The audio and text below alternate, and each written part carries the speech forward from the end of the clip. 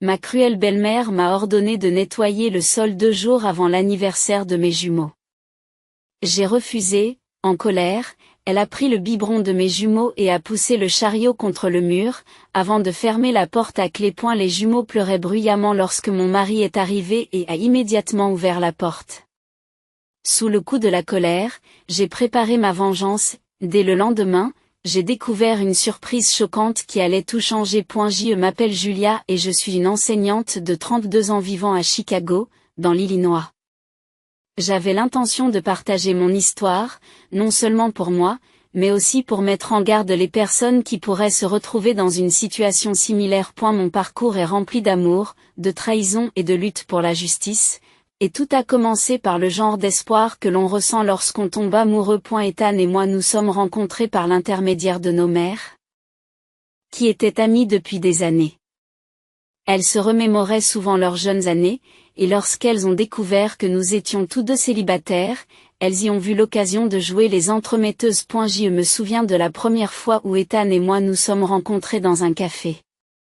C'était un peu gênant au début, mais au fur et à mesure que nous parlions de notre amour commun pour les films d'action et les pizzas, la tension initiale s'est dissipée. Elle était charmant et attentif, et j'ai ressenti une connexion immédiate. Au cours des semaines suivantes, nous avons continué à nous voir et, très vite, nous sommes devenus inséparables. Nous nous sommes mariés moins d'1 an plus tard, et j'étais persuadée que nous avions un bel avenir devant nous. Mais un nuage planait sur notre bonheur. La mère d'Ethan, Martha. Début, j'ai essayé d'être compréhensive. Après tout, c'était sa mère et je voulais m'entendre avec elle. Cependant, au fil des semaines et des mois, sa présence a commencé à assombrir notre vie. Martha a emménagé chez nous peu après notre mariage en raison de problèmes financiers, du moins c'est ce qu'elle a prétendu. Au départ, cela ne me dérangeait pas. Je pensais que ce serait bien d'avoir de la famille autour de nous, surtout lorsque nous déciderions de fonder notre propre famille. Mais je me suis vite rendu compte que vivre avec elle, c'était comme vivre dans une cocotte minute. Elle avait cette façon de tout contrôler, des courses que nous achetions à la façon dont je gérais notre maison. Lorsque je suis tombée enceinte de jumeaux, ma santé physique en a pris un coup. Les nausées matinales étaient incessantes et, au fil des mois, mon corps me faisait souffrir comme je ne l'aurais jamais imaginé. J'étais épuisée, j'avais du mal à concilier mon travail d'enseignante, les tâches ménagères et la préparation de l'arrivée des jumeaux. Après une journée particulièrement éprouvante, j'ai suggéré à Ethan d'engager une femme de ménage pour nous aider à la maison. Martha, c'est trop pour moi en ce moment. J'ai plaidé en m'asseyant avec Ethan un soir. Je ne peux pas m'occuper de tout. Ethan a hoché la tête, comprenant mes inquiétudes. Je pense que c'est une bonne idée, Jules. J'en parlerai à ma mère, mais ce plan a été rapidement rejeté lorsque j'en ai parlé à Martha le lendemain. Non, pas du tout. Elle s'est fâchée, croisant les bras. Il n'y a pas besoin d'une bonne. Je peux très bien m'occuper de tout, mais Martha, je suis enceinte de jumeaux. Ce n'est pas facile pour moi de tenir le coup, ai-je argumenté en essayant de paraître calme. Elle a fait un geste dédaigneux de la main. Tu dois t'endurcir. C'est à toi de gérer la maison, et je n'accepterai personne d'autre chez moi.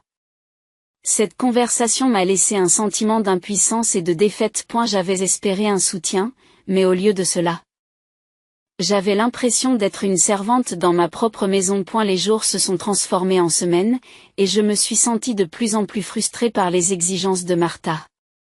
Elle attendait de moi que je cuisine, que je fasse le ménage et que je prépare l'arrivée des jumeaux, alors qu'elle se contentait de s'asseoir sur le canapé et de critiquer mes efforts. À mesure que la date de l'accouchement approchait, le stress augmentait. Un après-midi, alors que j'étais allongée sur le canapé, j'ai ressenti des douleurs soudaines et aiguës. La panique s'est emparée de moi. Ethan était au travail et je devais me rendre à l'hôpital, mais Martha était là, étalée dans le salon, inconsciente de ma détresse. Martha, ai-je gazé en essayant de reprendre mon souffle. Je crois que je suis en train d'accoucher. Il faut que j'aille à l'hôpital. Elle jette un bref coup d'œil avant de se replonger dans la télévision. C'est ton problème, Julia. Occupe-toi en toi-même. J'ai été stupéfaite par sa froideur.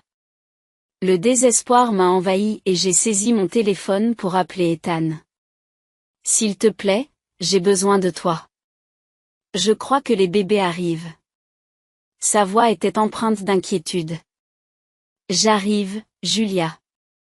Tiens bon. L'attente m'a paru une éternité, mais Ethan est finalement arrivé et nous nous sommes précipités ensemble à l'hôpital.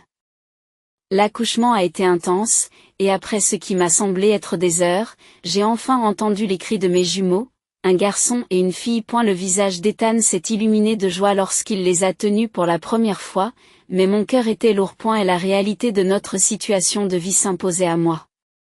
Lorsque nous sommes rentrés chez nous le lendemain, j'étais épuisée mais impatiente de commencer ce nouveau chapitre avec nos enfants. Cependant, mon soulagement a été de courte durée. Martha n'a pas tardé à exiger que je m'occupe des tâches ménagères. Julia. Tu dois nettoyer cet endroit. Elle ordonne de croiser les bras dans la cuisine. Et la maison ressemble à un désastre. Je l'ai regardée, incrédule. Martha, je viens d'avoir des jumeaux. J'ai besoin de temps pour me reposer et créer des liens avec eux. Elle a soufflé. Tu n'es pas la seule à vivre ici. J'attends de vous que vous fassiez votre part du travail. Ce jour-là, j'ai senti ma frustration monter en flèche. Il ne s'agissait pas seulement des tâches ménagères. Il s'agissait de la façon dont Martha me traitait, comme si je n'étais rien de plus qu'une domestique dans ma propre maison. J'ai pris une grande inspiration, essayant de me calmer, mais en regardant mes bébés, j'ai réalisé que je devais rester sur mes positions. C'est dans ce moment de colère et de tristesse que j'ai décidé de faire quelque chose contre le comportement de Martha. Je ne pouvais plus la laisser contrôler nos vies, pas quand cela affectait mes enfants. Je ne savais pas comment l'affronter. Mais au fond de moi, je savais que je devais protéger ma famille à tout prix. Et la lutte ne faisait que commencer et je devais me préparer à ce qui m'attendait. Après avoir ramené les jumeaux à la maison, j'ai cru que les choses allaient se calmer, mais le contrôle de Martha n'a fait que se renforcer. Chaque jour ressemblait à une bataille entre ses exigences et mon besoin de m'occuper de mes nouveau-nés. Ethan me soutenait, mais il était souvent au travail, et je me retrouvais seule à naviguer dans le chaos. Un après-midi, alors que je nourrissais les jumeaux, Martha a fait irruption dans le salon, les mains sur les hanches. Julia, la maison est en désordre. Il faut vraiment que tu commences à prendre ça au sérieux. On dirait qu'une tornade s'est abattue sur la maison. J'ai regardé autour de moi, accablée. Les jouets étaient éparpillés et quelques assiettes sales trônaient dans l'évier. Mais je faisais de mon mieux. Martha. Je viens de donner naissance à 2 bébés. Je fais de mon mieux. Ton mieux n'est pas suffisant. Elle a répliqué d'une voix froide. Tu ne peux pas t'attendre à ce que je vive dans la saleté. Reprends toi. Et la frustration bouillonne en moi et je lutte contre les larmes. J'avais l'impression de me noyer, étouffée par ses exigences et ses attentes. Je voulais crier pour lui dire que j'étais une mère à présent, et pas seulement sa belle-fille. Mais chaque fois que j'ouvrais la bouche, son regard perçant me réduisait au silence. Au fil des jours, j'ai remarqué des signes plus troublants de l'indifférence de Martha à l'égard des jumeaux. Un jour, j'étais dans la cuisine en train de préparer un biberon pour ma fille lorsque j'ai entendu ces cris provenant de la chambre d'enfant. Je me suis précipitée pour trouver Martha debout près du berceau, l'air exaspéré. Tu ne peux pas les contrôler? Cela fait longtemps qu'ils pleurent, s'est-elle emportée. Martha. Ce sont des nouveau-nés. Ils pleurent. C'est ce qu'ils font. J'ai répondu, sentant la chaleur monter à mes joues. Pas depuis si longtemps, a-t-elle rétorqué, en poussant la poussette avec force comme pour les faire taire. Mon cœur s'est effondré, la façon dont elle s'occupait de mes enfants me donnait la chair de poule. Déterminée à documenter son comportement, j'ai décidé d'installer des caméras cachées dans la chambre d'enfant. J'avais besoin de preuves de ce que je soupçonnais. Martha traitait mes jumeaux avec négligence, dans le meilleur des cas. C'était une décision risquée, mais je n'avais pas le choix. Je ne pouvais pas la laisser faire du mal à mes enfants sans conséquence. Après avoir installé les caméras, j'ai observé les jours suivants, horrifiée par ce que je voyais. Martha ignorait souvent les cris des jumeaux. Les laissant gémir pendant qu'elle se concentrait sur ses propres besoins. J'ai enregistré des cas où elle poussait durement la poussette ou refusait de les nourrir lorsqu'ils avaient faim. Chaque vidéo que j'ai visionnée m'a rempli de colère et de crainte pour la sécurité de mes enfants. Un soir, après une autre longue journée de négligence de sa part, je me suis assise avec Ethan pour discuter de tout. Ethan, je ne peux pas continuer à vivre comme ça. Je m'inquiète pour les jumeaux. J'ai installé des caméras parce que je dois te montrer ce qu'elle fait. Elle a eu l'air décontenancée. Des caméras? Pourquoi faire ça? Parce que j'ai besoin de preuves. Elle les traite mal, Ethan. Il faut que tu vois ça. J'ai ressenti une poussée de désespoir, mon cœur battait la chamade pendant que je parlais. Après un moment d'hésitation, il a acquiescé. D'accord, regardons-le ensemble. Assis sur le canapé. J'ai chargé les images. J'ai vu l'expression d'Ethan passer de la confusion à l'incrédulité devant le comportement de Martha. Il est resté silencieux. Ses yeux étaient rivés sur l'écran, la colère couvant juste sous la surface. Après la fin de la dernière vidéo, il s'est tourné vers moi, le visage sombre. Je ne peux pas croire qu'elle ait fait ça. Nous devons la confronter. Mon cœur s'est emballé à cette idée. Mon cœur s'est emballé à cette idée. Mais nous devons être prudents. Elle peut être imprévisible. Je ne la laisserai plus vous faire du mal, à toi et aux jumeaux, dit-il fermement. Il est temps de fixer des limites. Le lendemain, nous avons confronté Martha ensemble. Le visage d'Ethan était déterminé lorsque nous sommes entrés dans le salon où elle était assise, lisant un magazine. Martha, commença-t-il d'une voix ferme.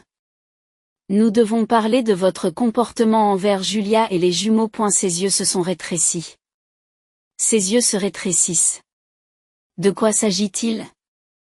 Je n'ai pas de temps à perdre avec vos accusations. Ce n'est pas une accusation. C'est la vérité, dis-je en essayant de garder ma voix calme. Nous avons des preuves de la façon dont vous avez traité les jumeaux, et c'est inacceptable. Son visage est devenu pâle quand Ethan lui a montré les enregistrements. Elle a regardé entre nous, la façade de contrôle commençant à s'effriter. Ce ne sont que des moments pris hors contexte, a-t-elle balbutié, mais la colère dans sa voix ne parvenait pas à masquer sa peur. Maman, ce n'est pas acceptable. Vous mettez nos enfants en danger, dit Ethan en haussant le ton. Si vous ne pouvez pas respecter notre famille, vous ne pouvez pas rester ici. Les yeux de Martha s'illuminent d'indignation. Tu crois que tu peux me mettre à la porte comme ça? Je suis ta mère. Je t'ai élevé et je ne te laisserai pas faire du mal à ma femme ou à nos enfants. Ethan réplique, la voix tremblante d'émotion. La confrontation avait atteint un point d'ébullition. Et j'ai ressenti un mélange de peur et de puissance. Pour la première fois, je voyais Ethan tenir tête à sa mère et cela me remplissait d'espoir. Mais je savais aussi que ce n'était que le début d'un long combat. Lorsque Martha est partie en claquant la porte, le visage rougi par la rage, j'ai senti un sentiment d'effroi s'installer. Cela ne s'arrêterait pas là. Nous étions maintenant engagés dans une bataille pour la sécurité de notre famille, et je devais être prête à faire face à tout ce qu'elle pourrait faire ensuite. Les enjeux étaient importants et je devais protéger mes enfants à tout prix. Et la confrontation avec Martha a laissé une tension inconfortable dans l'air. Ethan et moi avons ressenti les conséquences comme une tempête qui se préparait à l'horizon, mais nous avions franchi un seuil qui ne pouvait pas être annulé. Elle lui avait tenu tête pour la première fois, mais je savais que Martha ne prendrait pas cela à la légère. En allaitant les jumeaux ce soir-là. Je ne pouvais pas me défaire du sentiment que les choses étaient sur le point de s'envenimer. Les jours suivants ont été tendus. Martha s'est repliée sur elle-même, nous adressant à peine la parole. Elle se déplaçait dans la maison comme un fantôme, son silence était assourdissant.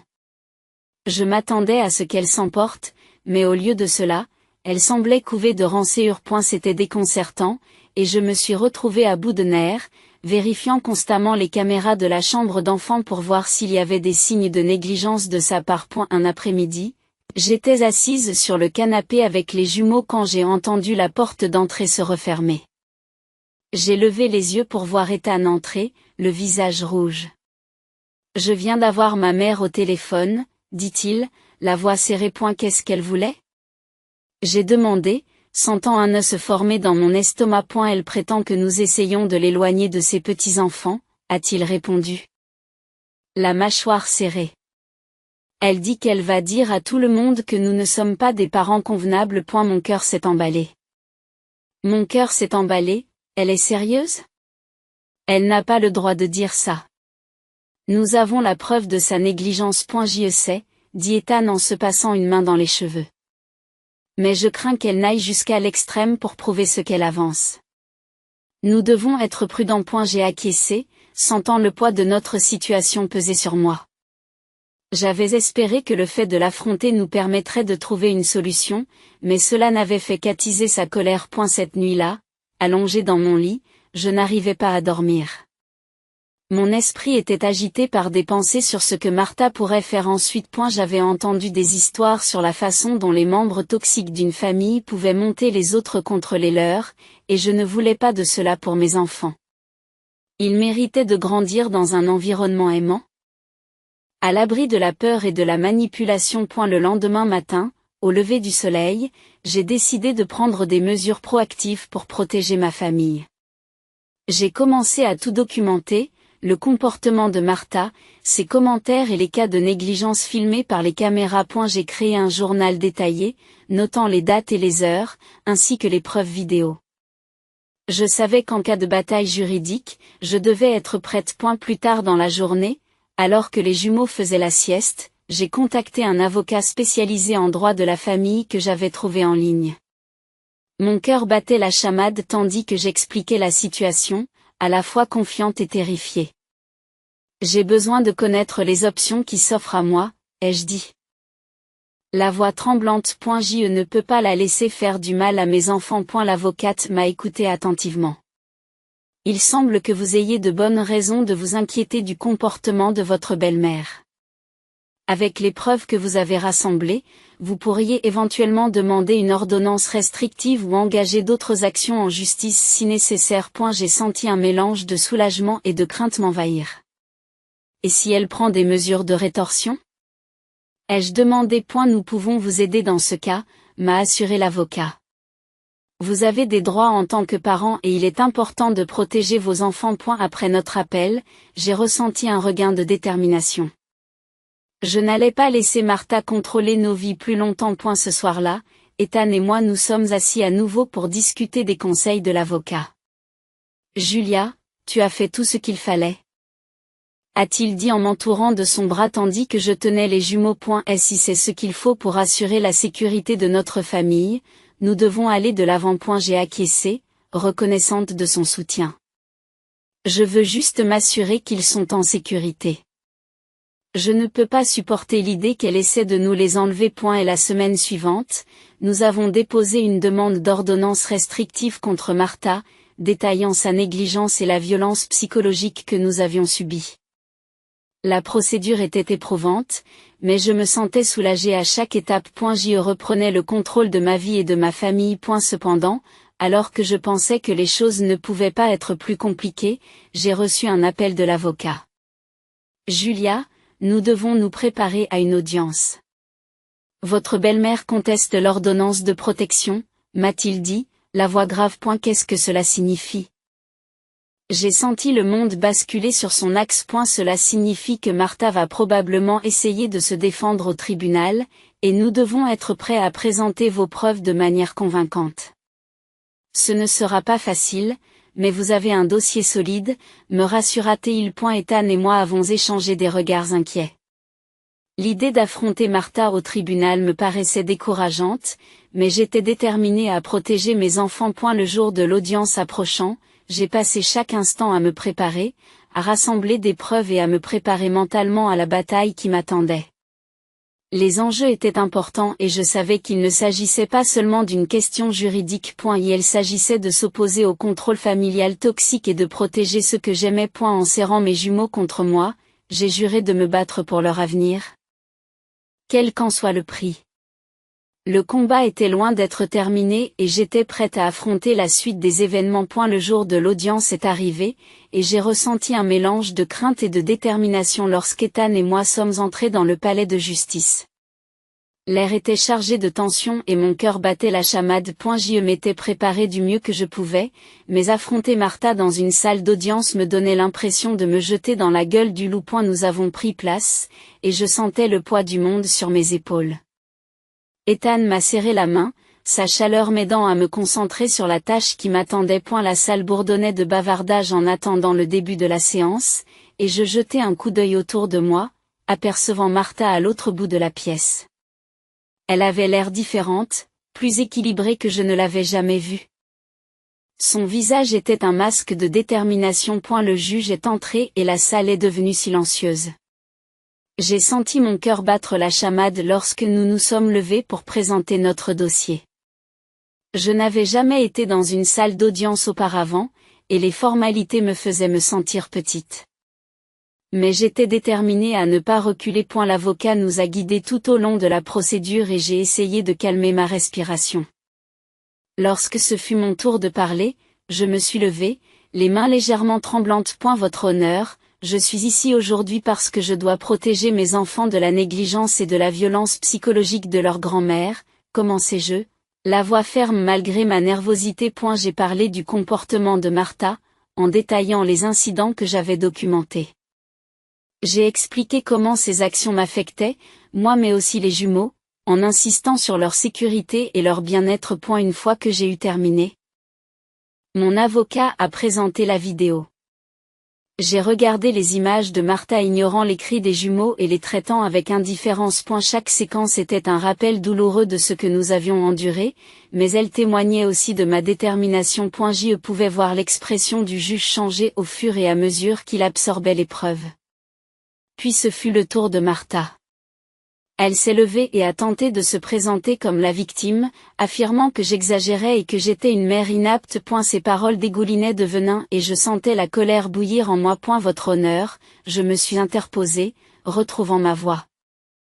Je n'essaie pas d'éloigner mes enfants de leur grand-mère. Je veux juste m'assurer qu'ils sont en sécurité et qu'on s'occupe d'eux. Il s'agit de les protéger. Le juge regarde Martha d'un air sévère. Ce comportement est inacceptable. Le bien-être des enfants est ma première préoccupation. Après ce qui a semblé être des heures, le juge a finalement rendu son verdict. Sur la base des preuves présentées, j'estime qu'il y a suffisamment de raisons de s'inquiéter pour le bien-être des enfants. J'émets une ordonnance restrictive à l'encontre de Martha, lui interdisant de s'approcher à une certaine distance de la famille. Le soulagement m'a envahi lorsque j'ai compris ces paroles. Le poids que je portais s'est légèrement allégé, mais je savais que ce n'était qu'une bataille dans une guerre qui n'en finissait pas. Le visage de Martha se tordit de rage lorsqu'elle comprit le résultat, et je ne pus m'empêcher de ressentir un sentiment de victoire, sachant que j'avais défendu ma famille. Lorsque nous avons quitté le palais de justice, Ethan m'a entouré de ses bras et m'a serré contre lui. Nous avons réussi, Jules, a-t-il chuchoté, la voix remplie de fierté. Tu as été formidable. J'ai souri, des larmes de soulagement coulant sur mes joues. Je n'aurais pas pu le faire sans toi. Ethan. Merci de m'avoir soutenu. Dans les semaines qui ont suivi, nous nous sommes attachés à reconstruire notre vie de famille, libérés de l'influence toxique de Martha.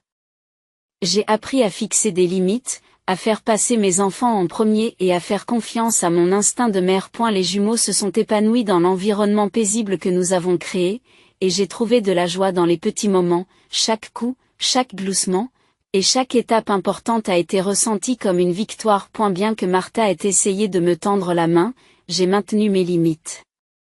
J'ai compris que pour protéger mes enfants, il fallait parfois faire des choix difficiles, y compris couper les ponts avec les membres de la famille qui ne voulaient pas respecter notre unité familiale. En serrant mes jumeaux contre moi, j'ai réfléchi au chemin que nous avions parcouru. La bataille a été rude, mais j'ai appris qu'il était important de s'opposer aux comportements toxiques. Non seulement pour moi, mais aussi pour mes enfants. Cette expérience a renforcé mon lien avec Ethan. Ensemble, nous avons créé un foyer aimant où nos enfants peuvent s'épanouir. Notre histoire ne s'est pas arrêtée à la décision du tribunal. Ce n'était que le début d'un nouveau chapitre, rempli d'espoir, d'amour et de la promesse d'un avenir meilleur. Je me battrai toujours pour ma famille, et personne ne nous en privera plus jamais.